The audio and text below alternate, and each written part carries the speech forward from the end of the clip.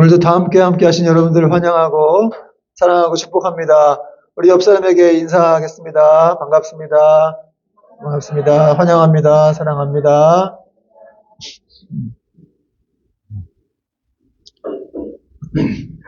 오늘 말씀 제목은 나의 사랑 안에 거하라, 나의 사랑 안에 거하라 라는 제목으로 말씀을 전하겠습니다. 예수님께서는 나는 참 포도나무요 너희는 가지라고 말씀을 하셨습니다. 그러므로 여러분 크리스찬이 된다라는 것이 무엇입니까? 포도나무이신 예수님에게 붙어서 살아가는 그런 신분이 되는 것을 말합니다. 그러니까 여러분 가지가 포도나무에 붙어서 그 나무의 뿌리의 영향으로부터 영양분을 받고 나무가 지탱이 되고 또 풍성한 열매들을 맺죠. 그렇듯이 이 가지는 성도기 때문에 성도가 예수님께 이렇게 붙어 있어서 그분으로부터 계속적인 공급을 받는 거예요. 은혜를 받고 또 여러 가지 힘을 받고 또 능력을 받습니다. 그런 신분이 바로 크리스찬이라는 사람들이라는 것이죠. 그리고 또 예수님께서는 내 아버지는 농부라고 하셨는데, 그러니까 우리가 크리스찬이 됐다고 하는 것은 바로 내 인생의 농부를 하나님이라는 분을 두고 있다는 것을 또 말씀하고 있다는 거예요. 여러분 농부가 그 나무를 잘 가꾸고 자라게 하기 위해서 열매를 맺게 하기 위해서 얼마나 애를 쓰겠어요. 여러분 시골 가보신 분들 계셨겠지만 가서 농부들이 얼마나 수고합니까? 그렇죠? 정말 1년 내내 그렇게 어떻게든 열매를 맺게 하려고 애를 쓰고 수고하고 있지 않습니까? 그렇듯이 그런 그 농부가 되시는 그 하나님이 또 하나님은 신실하신 분이시죠. 어떤 농부는 좀 농땡이도 치고 뭐 이런 농부가 있을지 모르겠는데 우리 하나님은 그런 분이 아니시죠. 정말 충성스럽고 신실하시고 여러분에게 신실하시고 그런 분이 우리 인생을 돌보고 있다. 그렇다고 한다는 것은 이 크리스찬이라는 신분이 얼마나 복된 사람들인지. 그래서 여러분 나는 포도나무여 너희는 가지라고 말씀하신 이 속에는 그런 놀라운 비밀이 들어있는 것인 줄 믿으시기 바랍니다. 또 여러분 성도가 되었다는 사람들은 어떤 사람들입니까? 또 포도나무이신 예수님 안에 거해서 그분과 교제하죠. 그렇죠? 내 안에 거하라고 하는 말이 이제 내 안에 거해서 함께 지속적인 교제를 이루자 이제 이런 뜻인데 그래서 지속적인 교제를 이루어서 뭐라는 거예요? 많은 열매들을 맺게 하시려고 하나님은 나하고 거하자 이렇게 말씀하신 겁니다. 그냥 크리스찬이 됐다고 하는 것은 정말 너무너무 놀라운 축복이에요. 여러분 이 세상의 특징이 뭐예요? 두 가지라고 저는 정의할 수 있을 것 같은데 첫째는 이 불확실하다. 불확실성. 또 하나는 무상함. 여러분 인생이 덧없죠. 무상해요. 또 가변적입니다. 정해진 게 다 불확실해서 그 세상에 속한 사람들은 다 만족이 없어요. 다 불안불안하죠. 정해진 게 없다 보니까. 또 뭔가를 추구하고 살아가긴 하는데 그것이 다 가변적이고 덧없는 것들이기 때문에 사실은 세상에 속한 사람들이 진정한 만족이 있을 수가 없다는 거예요. 뭔가를 가지고 있다고 생각하지만 그러나 그 사람들은 계속 목이 마른 거지. 그래서 크리스찬이라고 하는 사람들은 사실은 그런 세상이 가변적이고 불확실하다는 것을 아는 사람이기도 합니다. 여러분 모르시나 보죠? 그런 걸 아는 사람이에요. 그래서 주님께만 소망이 있구나. 예수님으로 말미암아 우리의 목마른 인생이 채워지는구나 라는 것을 아는 사람들이 바로 크리스찬이라는 거예요. 또 하나 오늘 주님께서는 많은 열매를 맺기를 우리가 원하시는데 그게 또 열매 맺게 하기 위해서 이 한 가지를 더해라 이런 말씀을 주셨는데 오늘 9절 말씀에 그 말씀이 나오고 있어요. 9절 말씀 같이 한번 읽어봅시다. 시작. 아버지께서 나를 사랑하신 것 같이 나도 너희를 사랑하였으니 나의 사랑 안에 거하라. 나의 사랑 안에 거하라는 거예요. 주님이 말씀하셨어요. 아버지께서 나를 사랑하신 것 같이 나도 그 사랑으로 너희를 사랑하고 있으니까 내 사랑 안에 거하라. 그러니까 내가 소유하고 있는 내가 가지고 있는 사랑 안에 거하라 이런 말인데 여러분 주님이 어떤 사랑을 가지고 있습니까? 어떤 사랑을 소유하고 있어요? 바로 하나님 아버지의 사랑을 소유하고 있는 것이죠. 하나님 아버지의 사랑은 세상이 말하는 사랑과 다릅니다. 세상이 말하는 조건적이고 일시적이고 이런 사랑이 아니라 하나님 아버지의 사랑은 변치 않고 늘 영원하고 또 희생적인 그런 사랑이죠. 그런 사랑을 주님이 갖고 있는데 내가 이 사랑을 갖고 있으니까 내 사랑 안에 거해서 너희도 이렇게 사랑이 충만했으면 좋겠다 하는 그런 말씀인 거예요. 여러분, 또 한 가지, 우리가 이런 사랑을 지금 받고 있는 겁니다.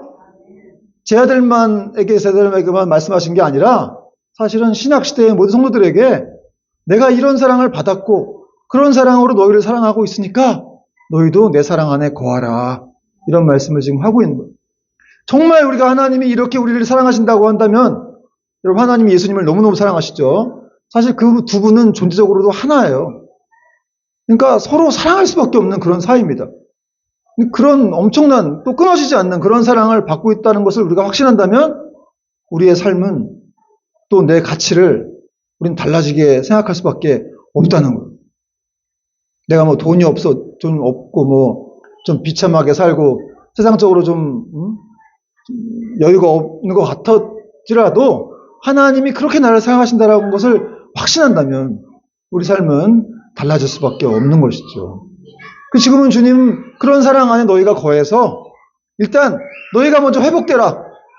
그 사랑으로 내 사랑을 좀 충분히 받고 너희가 좀 회복이 되고 또 치유받고 그 사랑이 충만해져서 이제 나를 따라오고 또 세상에 나가서 그 사랑을 흘러가게 하라, 이런 말씀을 지금 하고 계시는 겁니다. 그리고 이제 이 사랑 안에 거하는 사람들은 또 어떻게 연결되냐면 바로 이렇게 순종으로 또 연결이 됩니다. 10절 말씀 보니까 내가 아버지의 계명을 지켜 그의 사랑 안에 거하는 것 같이 너희도 내 계명을 지키면 내 사랑 안에 거하리라. 그래요. 여러분, 주님의 사랑 안에 거한다는 것은 순종으로 이어지게 되는데, 이는 사랑이 단순한 감정이 아니라 관계의 유지이기 때문에 그렇습니다. 여러분, 사랑이 감정으로 시작했을지라도 그것을 유지하기 위해서는 관계가 필요한 거예요. 부부간에서 뭐 그런 것들을 잘 우리가 경험하고 있지 않습니까? 관계가 없이는 사랑이 유지될 수가 없어요. 그래서 예수님은 지금 자신이 아버지에게 그 계명을 잘 지켜서 사랑 안에 거했듯이 너희도 내 계명을 잘 지키면 그 사랑 안에 거하게 된다, 이런 말씀을 지금 하시고 있는 거예요. 마치 어린아이가 부모의 말을 잘 신뢰하고 따를 때, 그런 애들이 별로 없죠. 어린아이가 부모의 말을 잘 신뢰하고 따라야 되는데 그런 애가 별로 없는데 어쨌든 그렇게 따르게 되면 사실은 그 아이는 그 부모의 사랑을 더 깊이 있게 느끼게 되는 거예요. 근데 아이들이 그걸 잘 몰라요. 참 안타깝긴 한데 어쨌든 정말 이렇게 부모의 그 말들을 잘 순종하고 신뢰하고 따르면 더 많은 것들을, 복을 누릴 수가, 사랑을 느낄 수가 있게 되는 것입니다. 여러분, 정말 이렇게 순종할 때 하나님께서 더 은혜를 부어주시고 우리 가운데 정말 이렇게 축복을 경험할 수 있도록 하나님이 역사하신다는 것이죠. 저도 이렇게 막 순종을 잘하는 사람은 아닌데 제가 이렇게 여기 와서 개척을 하다 보니까 순종을 안 할 수가 없더라고요. 그래서 주변 지역에 돌아다니면서 막 전도도 하고, 막 사실은 몇 년 전까지 이렇게 막 열심히 전도를 안 했는데 제가 이제 얼마 전부터 이제 전도를 막 하기 시작했어요. 그래갖고 하다 보니까 정말 이렇게 기쁨이 제 안에, 주님이 막 나를 사랑하시는 것 같은 그런 느낌들이 생기는 것이죠. 이걸 말로 설명할 수가 없어요. 이 순종하는 사람에게만 느끼는 또 그런 기쁨이라고 해야 될까요? 여러분, 그럼 주님의 계명은 뭘까요? 주님의 계명은 바로 너희가 서로 사랑하는 것이다, 이렇게 말씀하고 계세요. 12절 말씀 보니까 내 계명은 곧 내가 너희를 사랑한 것 같이 너희도 서로 사랑하라 하는 이것이니라. 17절에도 내가 이것을 너희에게 명하면 너희로 서로 사랑하게 하려 함이라. 하나님이 순종하라고 말씀하신 계명은 뭐예요? 너희가 서로 사랑하라는 거예요. 전제 조건이 있습니다. 내가 너희를 사랑한 것 같이, 발음이 잘 안 되네요. 사랑한 것 같이 너희도 서로 사랑하라. 그러면 어떻게 되느냐? 그렇게 순종하게 되면 그 사람에게 삶의 열매가 나타나는데 그 삶의 열매는 바로 주님의 기쁨이 그 사람 안에 충만해진다, 이런 말씀을 하고 있습니다. 11절 같이 한번 읽어볼게요. 11절 시작. 내가 이것을 너희에게 이름은 내 기쁨이 너희 안에 있어 너희 기쁨을 충만하게 하려 함이라. 할렐루야. 여러분, 주님께서 이렇게 말씀하신 이유가 있어요. 너희 기쁨을 충만하게 하겠다는 거예요. 너희 안에 기쁨이 있느냐? 여러분 기쁨이 있습니까? 여러분 살아가면서 막 치이고 힘들고 그런 일이 많잖아요. 정말 우리 안에 기쁨이 있는가? 사실 우리 안에 기쁨이 있다는 거예요. 왜냐하면 주님께서 그 기쁨을 주시겠다는 거죠. 주님 안에 거하는 사람, 주님의 사랑 안에 거하는 사람, 그렇게 해서 사랑하는 사람들을 사랑하는 사람들이 정말 외적인 환경에도 요동치지 않는 그런 내적인 기쁨이 그 안에 있게 된다는 거예요. 주님으로 인해서. 주님께서 오늘 말씀하시기를 너희에게 이름은 내 기쁨이 너희 안에 있어 그랬어요. 내 기쁨이 너희 안에 있다는 거예요. 그래서 그 기쁨으로 너희는 언제든지 어떤 상황에서든지 충만하게 될 수밖에 없다. 여러분 사도 바울이 그런 사람 중에 하나였죠. 그는 감옥에 있을 때에도 늘 기뻐했습니다. 오히려 감옥 밖에 있는 사람들을 걱정하면서 주 안에서 항상 기뻐하라. 내가 다시 말하노니 기뻐하라. 여러분 햇빛도 들어오지 않는 땅속 깊은 곳에 갇혀 있는데 뭐가 그렇게 기쁠 게 있겠어요? 거기서 몇 년을 있었는지 모르겠지만 오늘날의 감옥이야 뭐 이렇게 여러 가지 많이 좀 먹을 것도 주고 막 그런 게 있지만 그 당시 2000년 전의 감옥이 어떻겠습니까? 그런 속에서도 늘 항상 기뻐하라. 그에게는 이 주님과 연합된 기쁨이 있었다는 거예요. 결코 밖에서 흔들 수 없는 기쁨. 누가 끊으려고 끊을 수도 없어요. 그러니까 사실 이 기쁨이라고 하는 건 인간적인 기쁨은 아니고 성령님이 주시는 기쁨이라고 할 수 있어요. 그래서 여러분 성령의 열매는 사랑과 희락과 기쁨과 그렇게 말씀하고 있죠. 그런데 이렇게 순종할 때 예수님의 사랑 안에 거할 때 그 주님이 주시는 기쁨이 내 안에 충만하게 된다는 것이죠. 그래서 여러분 우리 주변에도 보면 예수님 잘 믿는 사람도 있죠. 말씀 순종 잘하고 성령 충만한 이런 사람들 보면 늘 그냥 입이 막 찢어져 있어요. 귓가에 걸려 있습니다. 늘 웃고 다니면서 뭐가 그렇게 좋은지 맨날 이렇게 웃고 다니시고 항상 밝고 선한 영향력을 그렇게 미치는 그런 분들이 많아요. 여러분의 얼굴을 좀 생각해 보시기 바랍니다. 나는 자주 웃고 있나? 여러분 아이들은 하루에 400번씩 웃는다 그러는데 어른들은 한 3번? 이렇게밖에 안 웃는다고 해요. 아니 그러니까 안 믿는 사람들의 기준이 그래요. 근데 우리는 예수 믿는 사람들 아닙니까? 그 예수님이 우리 안에 거하시는 사람들인데 우리 이렇게 얼굴에 이게 항상 이렇게 찡그리고 있거나 슬픈 표정을 하고 있으면 사실은 그리스도인의 그런 모습에는 어울리지를 않는다는 것이죠. 여러분 어떠한 슬픔이 있다 할지라도 어떤 아픔이 있다 할지라도 항상 기뻐하시기 바랍니다. 사실 기뻐하는 건 하나님의 뜻이에요. 지금도 뭐 어떤 아픔이 있을지 모르겠지만 걱정이 있다 할지라도 그냥 하나님을 믿고 우리가 기뻐하는 것이죠. 그리고 일단 말씀대로 순종하고 그분께 맡기면 우리 안에 주님의 기쁨이 찾아온다는 거예요. 그래서 오늘 말씀은 굉장히 중요한 거예요. 내가 너희에게 이것을 이름은 내 기쁨이 너희 안에 있어서 너희가 기쁨이 충만하게 하려 함이라. 그러니까 결국 하나님은 말씀을 주신 이유가 뭐예요? 너희가 기뻐하게 하려고. 세상 사람들은 돈이 좀 많아지거나 뭐 명품 백을 사거나 뭐 좋은 차를 사면은 좋은 집을 살면 기뻐하지만 뭐 우리도 그렇게 기쁠 수는 있죠. 그럴 때. 근데 그 기쁨이 오래 가던가요? 여러분 좋은 핸드폰 사면 뭐 얼마나 기쁨 갑니까? 일주일도 못 가죠. 그래요. 노트북 좋은 거 사도 그렇습니다. 그러나 이 주님이 주시는 기쁨은 결코 이거는 뺏길 수가 없다는 거예요. 그 기쁨이 우리 안에 충만하게 된다. 이렇게 말씀하고 있습니다. 그리고 또 이 기쁨이 넘치다 보니까 계속해서 사랑이 또 흘러가게 되겠죠. 그런 선순환적인 삶을 살아가게 되는 겁니다. 그러므로 여러분 우리는 주님께서 오늘 내 사랑 안에 거하라. 그리고 내가 너희를 사랑한 것 같이 너희도 서로 사랑하라 그렇게 말씀하셨는데 그 말씀대로 우리가 살아야 할 줄로 믿습니다. 여러분 우리 주님께서 내가 너희를 사랑한 것 같이 이렇게 말씀하셨는데 사실 주님이 어떻게 사랑하셨어요? 십자가에 자기 목숨을 내어주시기까지 하나님의 아들이 그 고귀한 분이 자기 목숨을 내어주시기까지 우리를 사랑하신 것이죠. 그러므로 우리는 예수 그리스도의 말씀과 피로 죄 씻음을 받은 사람들이기 때문에 우리는 천국 가는 그날까지 사실은 예수님 안에 거해서 사랑해야 돼. 크리스찬은 어떤 존재냐? 2가지 있어요. 잘 참는 사람이에요. 또 한 가지는 사랑이 넘치는 사람입니다. 그거 두 가지 정도는 정말 잘하는 사람이 정말 예수 잘 믿는 사람이라는 것이죠. 그래서 그 예수님의 사랑 안에 거해서 그 사랑으로 우리가 행할 때 우리는 그 놀랍고 위대한 예수님의 사랑을 통해서 많은 사람들에게 영향력을 미치게 되고 또 하나님도 사랑하게 되고 세상에 그 사랑을 전파하게 되는 것입니다. 여러분 그렇게 살아가는 주님의 귀한 일꾼이 되셔야 됩니다. 베드로전서 4장 8절 말씀 보니까 무엇보다도 뜨겁게 서로 사랑할지니 사랑은 허다한 죄를 덮느니라. 저는 이 말씀 참 좋아해요. 베드로전서 4장 8절 무엇보다도 뜨겁게 사랑할지니 서로 사랑은 허다한 죄를 덮느니라. 여러분 베드로가 지금 말세 때 이게 전하는 말씀이거든요. 여러분 지금이 말세입니다. 주님이 이제 오실 때가 다 됐어요. 이 세상을 돌아가는 세상 보면 그런 거 느껴지지 않습니까? 저만 그렇게 느껴지나? 저는 꼭 주님이 오실 것 같은데요.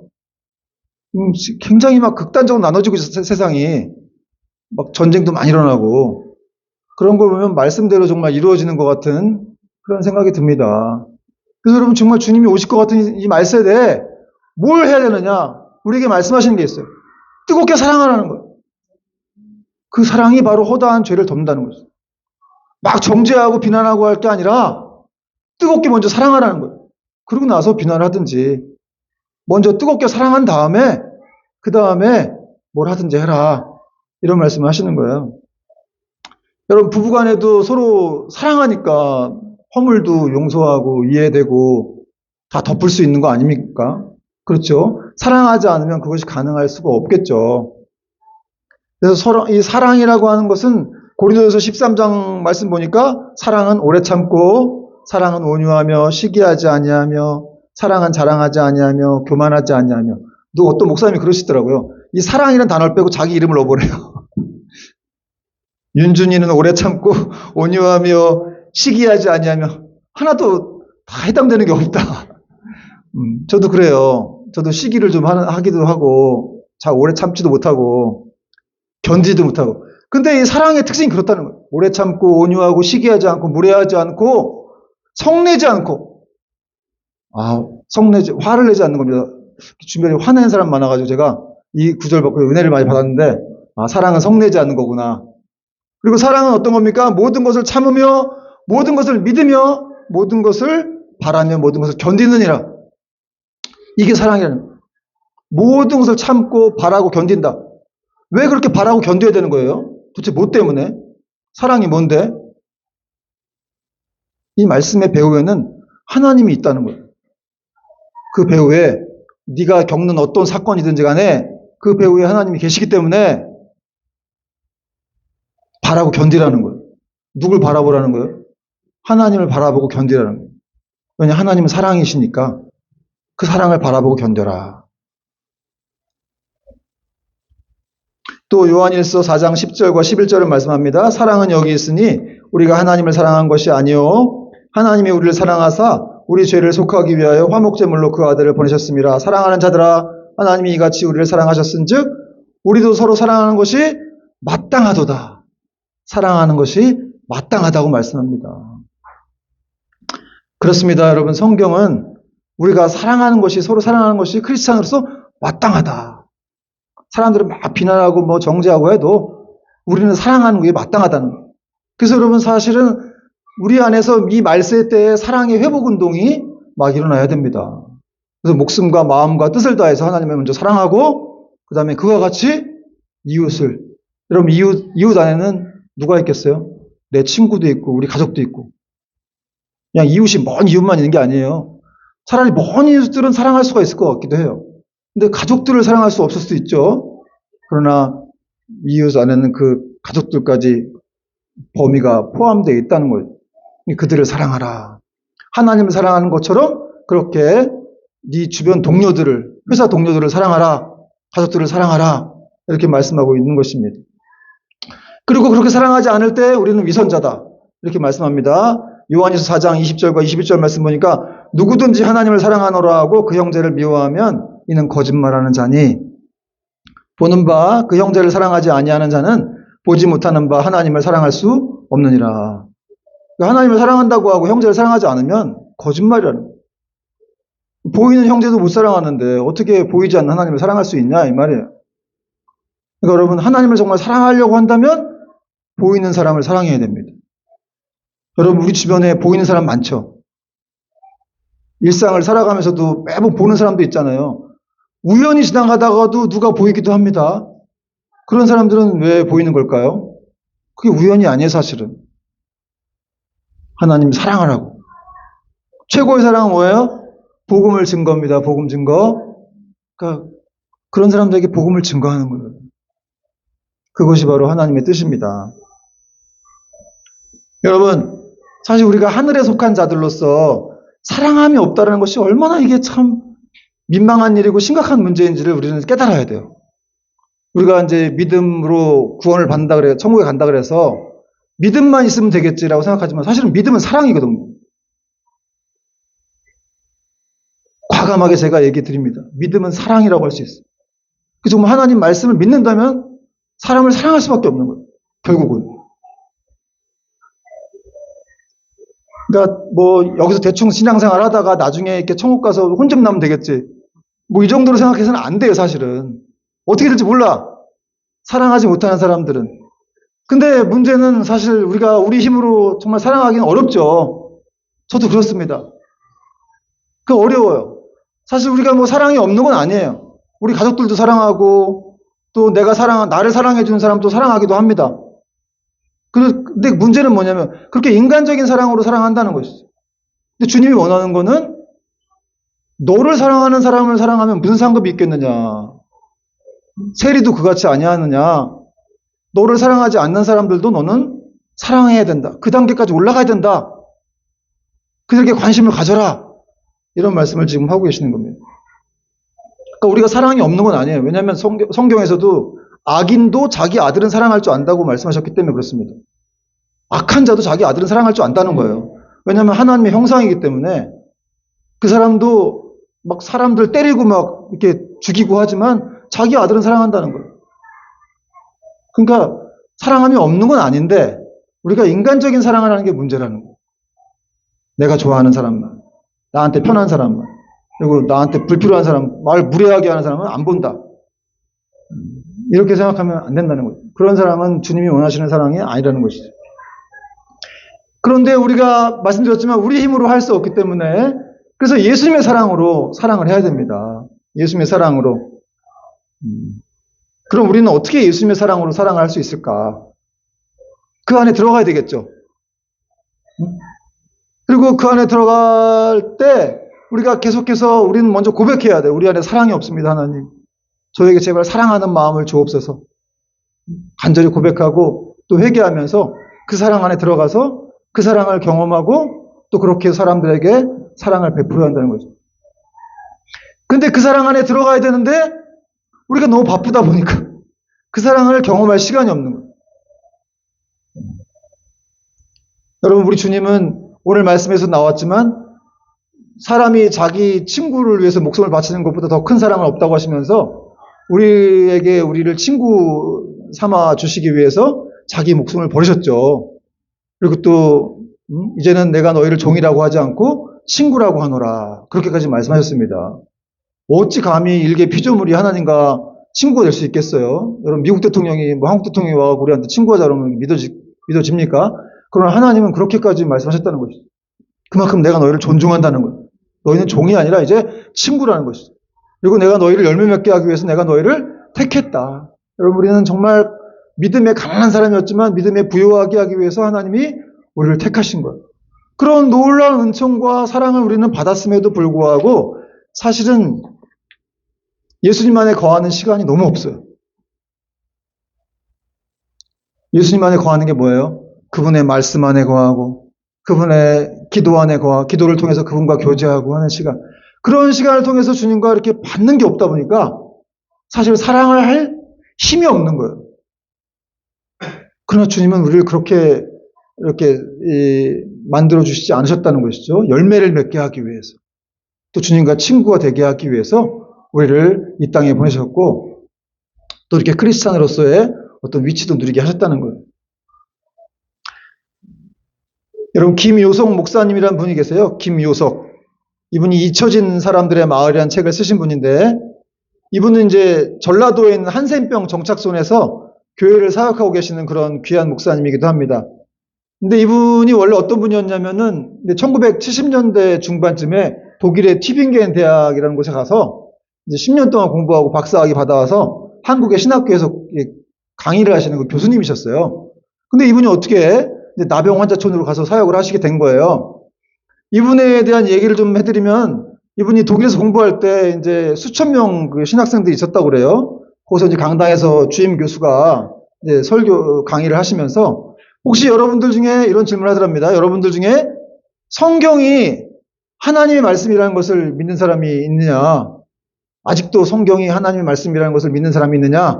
이렇게 물어보더래요. 그래갖고 수천 명의 독일인 그 신학생들이 아무도 손을 안 들더라는 거죠. 그래서 이 김효성 목사님 혼자 손을 번쩍 들었대요. 저요. 그랬더니 이 교수님이 하는 말이 한국은 지금 아직 후진국이고 또 샤머니즘이 발달된 나라이다 보니까 아직까지도 성경을 하나님의 말씀으로 믿고 있는 것 같다. 이렇게 얘기를 하더랍니다. 그래서 뭔가 밑에서 올라오는 게 있었는데 그럼에도 불구하고 꾹 참고 그걸 들었다는 거죠. 그리고 사실은 뭐 살아계신 하나님 얘기를 하는데 하나님을 밝혀보려고 하는데 자기가 어떻게 할 수가 없더래요. 왜냐하면 직접 눈을 본 적이 없기 때문에. 그래서 그냥 그런 식으로 수업을 듣고 10년을 공부해가지고 박사학위를 따고 한국에 왔는데 독일이나 유럽 같은 데 보면은 자유주의 대학교도 신학교들이 많죠. 그래서 성경을 하나님의 말씀으로 인정하지 않습니다. 근데 어떻게 또 신학교를 운영하는지 모르겠는데 어쨌든 그렇게 그들은 생활합니다. 이분이 와서 한국에서 신학교에서 강의를 하고 있는데 어느 날 어느 연로한 목사님이 강의를 듣더니 이렇게 찾아오셨더랍니다. 그리고 뭐라 그러냐면 내가 보니까 당신은 머릿속에 든 거는 많고 아는 건 많은 것 같은데 보니까 하나님을 만난 경험은 없는 것 같다. 응? 그러니까 목회를 해보시오. 목회를 해보면은 하나님 만나게 됩니다. 맞습니다. 목회하면 하나님 만납니다. 개척하면 하나님 만납니다. 여러분 목회를 해보라는 거예요. 그 이분이 너무 충격을 받았다는 거예요. 내가 지금 목사 된 지가 몇 년이고 지금 독일까지 가서 이렇게 어렵게 공부해가지고 박사학위까지 받아서 박사인데 어찌 내가 하나님 모른단 말이냐 이래가지고 충격받아가지고 있는데 이분이 저 전라도 어디에 있는 그 어느 지역에 나병 환자촌이 있으니까 거기 가가지고 한번 목회를 해봐라. 근데 이 교수님이 참 대단하세요. 뭐 오기가 생기셨는지 좋다. 내가 가보리라. 그리고 결단을 하고 교수직을 그만두고 정말 내려갔어요. 이 전라도 지역으로. 가서 이제 그 나병 환자촌에 이제 들어갔습니다. 거기가 이제 밥도 제대로 못 먹고 뭐 하루에 한 끼 정도 먹고 아주 어려운 곳인데 일단 몇 년 정도 있다가 올라올 생각을 하고 내려갔는데 첫날 이제 딱 부임해가지고 이제 교회 안에서 이제 자기가 설교하려고 강단에 올라갔답니다. 올라갔는데 너무 깜짝 놀란 거예요. 뒤에서는 몰랐는데 앞에서 이렇게 강단에서 보니까 다 보이잖아요. 근데 그 맨 앞에 앉아 있는 분이 정말 그 책의 표현대로 하면 그냥 얼굴에 정말 구멍만 5개 뚫린 그런 분이 이렇게 거기 앉아 있더라는 거예요. 여러분 나병 환자들이 어떤지 아시죠? 신경이 다 죽었기 때문에 요즘 한센병이라고 하죠. 한센이라는 사람 발명해서 한센병이라고 한다는데 그 나병 환자는 신경이 죽어서 뭐 코가 떨어지고 귀가 떨어지고 눈이 떨어지고 해도 이제 고통이 없다고 그러잖아요. 그러니까 다 없어진 거예요. 없어져 갖고 정말 이렇게 구멍만 5개가 있는 그런 사람이니까 이 목사님이 너무 처음 본 거죠. 그런 분을. 너무너무 놀랐다는 거예요. 그래가지고 정말 너무 충격을 받아갖고 도대체 무슨 설교를 했는지도 모를 채로 그냥 정신없이 막 이렇게 하고 후다닥 내려왔다고 합니다. 그리고 이제 속으로 막 생각한 거죠. 아이고 내가 여기 잘못 왔구나. 내가 어떻게 여기까지 와가지고 내가 지금 이게 뭔 고생이냐 이래가지고 빨리 도망가야 되겠다. 이 생각을 하고 이제 앞을 쳐다봤는데 앞에 그 교회 안에 사람들이 다 없어졌더래요. 그래서 잘 됐다. 빨리 갔구나 싶어갖고 이제 자기도 집에 가야 되겠다고 나갔는데 문을 열고 나가니까 밖에 그 환자들이 쭉 길게 줄을 넣어가지고 목사님을 기다리고 있더랍니다. 왜? 목사님하고 악수하려고. 그래가지고 이 목사님이 또 너무 놀래가지고 이러고 있는데 어떤 분하고 이제 인사를 했는데 제일 앞에 앉아있던 그 이제 눈 이렇게 있는 5개 있는 그분하고 이제 먼저 인사를 했고 그 다음에 또 인사하려고 하니까 어떤 할머니였는데, 그분도 나병 환자죠. 근데 할머니가 어떻게 할까 말까 막 망설이고 있는데 갑자기 할머니가 막 다가오더니 손을 벌써 잡더니 막 부비더래요, 자기 손을. 그러면서 보니까 이 할머님도 손바닥에 손이 없는 거예요. 손도 없고 이 팔목만 있는 상태에서 또 팔목 끝에는 막 고름주머니가 이렇게 있어가지고 뭐 언제 터질지 모르는 그 고름주머니를 막 가지고 막 목사님 손을 막 부비고 있는 거예요. 그래서 할머니가 뭐라고 하시냐면은, 목사님, 내가 지금 여기 이 나병 환자촌에 들어온 게 내가 18세 때 여기 들어왔다고. 근데 지금 내 나이가 78세라는 거예요. 그러니까 60년 동안 여기 있어서 사실은 내가 성한 사람 손을 한 번도 만져본 적이 없다는 거예요. 제대로 된 사람 손을 한 번도 만져본 적이 없는데 이렇게 멀쩡하신 목사님 와가지고 이렇게 만져보고 손을 만지니까 좋아가지고 내가 지금 이러고 있다고. 근데 그때 갑자기 이제 이 목사님에게 정말 막 하나님이 막 역사하신 거예요. 그래서 갑자기 자기 자신이 막 부끄럽더랍니다. 그리고 갑자기 막 가슴이 뜨거워지더래요. 막 뜨거워지면서 진짜 이분 표현에 의하면 하늘에서 막 불이 내린 것 같이 자기 가슴이 막 그렇게 뜨거워졌다고 하더라고요. 그러면서 이런 생각이 들었다고 합니다. 어쩌면 내가 지금 잡고 있는 이 할머니 손이 예수님의 손일 수도 있겠구나.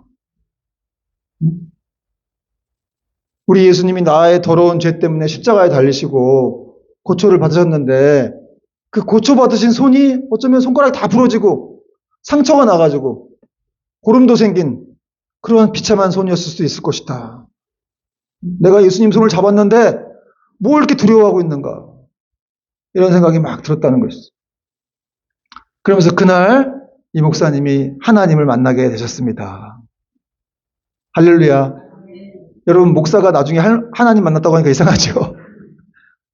교회만 그냥 왔다 갔다 한 거예요. 여러분, 목사도 이랬으니까 뭐 그런 성도분들도 많이 계시겠죠.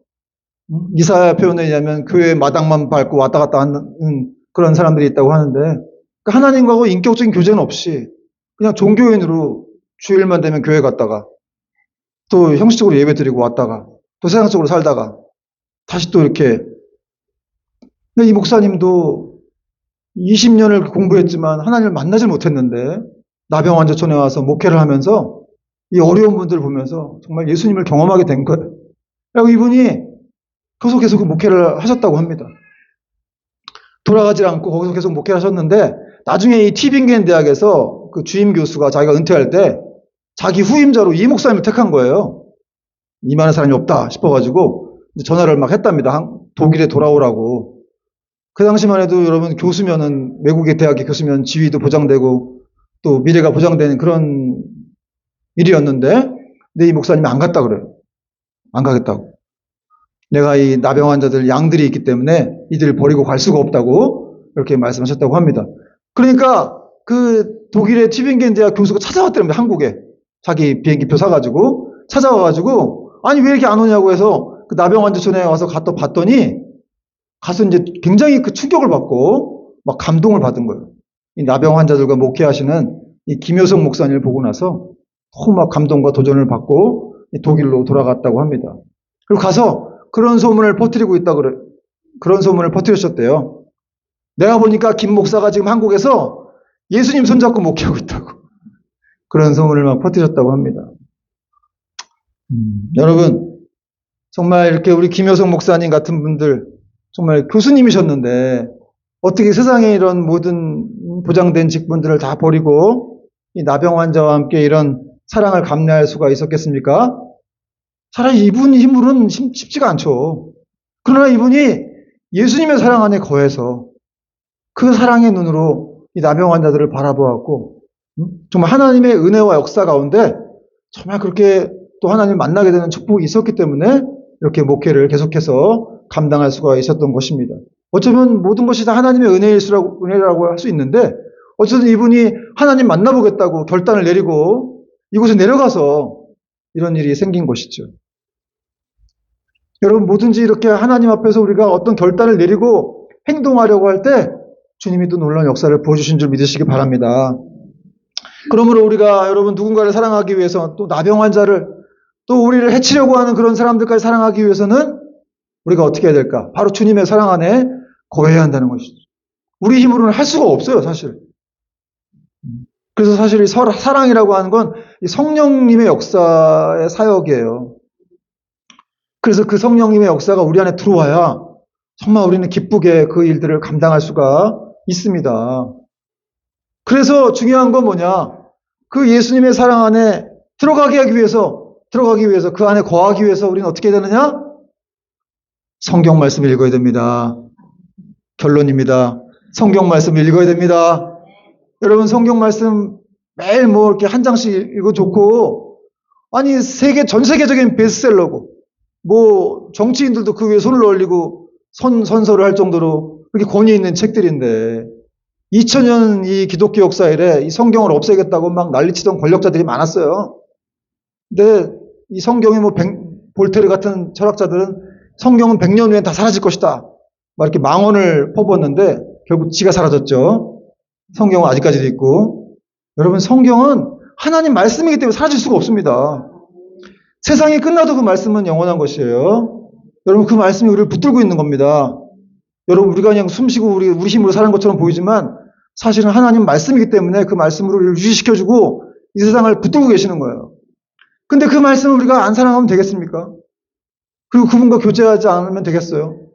말씀을 읽고 또 기도하면서 하나님께 나아가려고 하는 노력들이 있을 때, 그럴 때 하나님이 우리 안에 기쁨이 충만하게 하시고 그 기쁨을 통해서 흘러넘치게 하셔서 이 사랑들을 감당할 수 있게 하신다는 것이죠. 아까도 말씀드렸지만 여러분 순종할 때 오는 기쁨이 장난이 아닙니다. 정말 이 순종할 때 주시는 성령이라는 말씀이 있습니다. 사도행전에. 순종할 때 주시는 성령. 순종할 때만 주시는 거예요. 그 능력을 경험하고 싶으시다면 계속해서 여러분 사랑하시기 바랍니다. 힘들어도 바라고 견디고 참으면 하나님이 역사하는 거예요. 여러분의 인생에 복이 있든지 자녀들에게 복이 가든지 하나님의 놀라운 은혜가 흘러가게 될 것입니다. 여러분 또 이러한 믿음으로 또 한 주도 승리할 수 있기를 주님의 이름으로 축원드립니다. 찬양하겠습니다.